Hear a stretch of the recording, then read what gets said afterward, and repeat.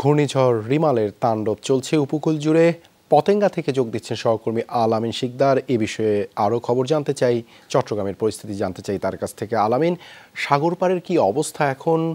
রিমালের প্রভাব চট্টগ্রামে কেমন সেটি সম্পর্কে বিস্তারিত জানাবেন। চট্টগ্রামের রিমালের যে প্রভাব, সেই রিমালের প্রভাবের কথা যদি বলতে চাই, আমরা দেখছি যে ঠিক 12টার পর থেকে বৃষ্টি, সেই বৃষ্টিটি যেমন বেড়েছে, ঠিক তেমনি সাগরের যে বড় ঢেউ সেটিও কিন্তু আছড়ে পড়ছে।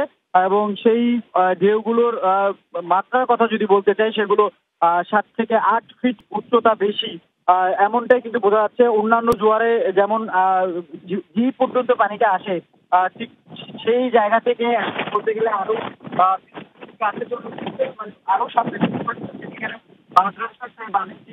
এবং আরেক বিষয় বলতে চাই, সেটা হচ্ছে যে যে জায়গাটিতে আমরা রয়েছি, সেখানে দেখছি যে বড় বড় যে ঢেউ, সেই ঢেউগুলো আছড়ে পড়ছে এবং সেই ঢেউগুলো বলা যেতে পারে যে একেবারে বড় বড় আকারে আছড়ে পড়ছে। এবং সেই জায়গাটিতে প্রচুর পরিমাণে পর্যটকরা কিন্তু এখানে আসছেন এবং সেইগুলো ভয়ঙ্কর, সাগরের যে ভয়ঙ্কর দৃশ্য সেটি দেখার জন্য তারা আসছেন, আমাদেরকে এমনটাই জানাচ্ছেন।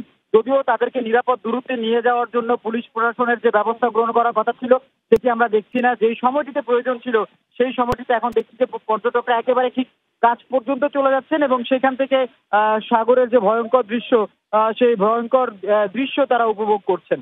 এই যে এতক্ষণ পর্যন্ত প্রশাসন ঠিক তাদের নিয়ন্ত্রণে রাখার চেষ্টা করলো, যখন থেকে জোয়ার আসতে শুরু করেছে এবং যখন থেকে সাগরের যে ভয়াবহতা যখন বেড়েছে, বড় বড় ঢেউ যখন আছড়ে পড়ছে, ঠিক সেই সময়টিতে আমরা দেখছি যে তাদেরকে নিরাপদ আশ্রয়ে নিয়ে যাওয়ার জন্য বা তাদেরকে সরিয়ে দেওয়ার জন্য নিরাপদ দূরত্বে তেমন কেউ কিন্তু এই জায়গাটিতে আমরা কাউকে দেখছি না, অর্থাৎ প্রশাসনের পক্ষ থেকে তবে দেবাশিস, চট্টগ্রামের মহানগরের কোন আশ্রয় কেন্দ্রে কাউকে, অর্থাৎ আশ্রয় গ্রহীতারা কেউ না গেলেও চট্টগ্রামের রয়েছে, উপকূলগুলো রয়েছে, যেমন আনোয়ারা, বাঁশখালী, এইসব উপজেলার যে প্রান্তে যে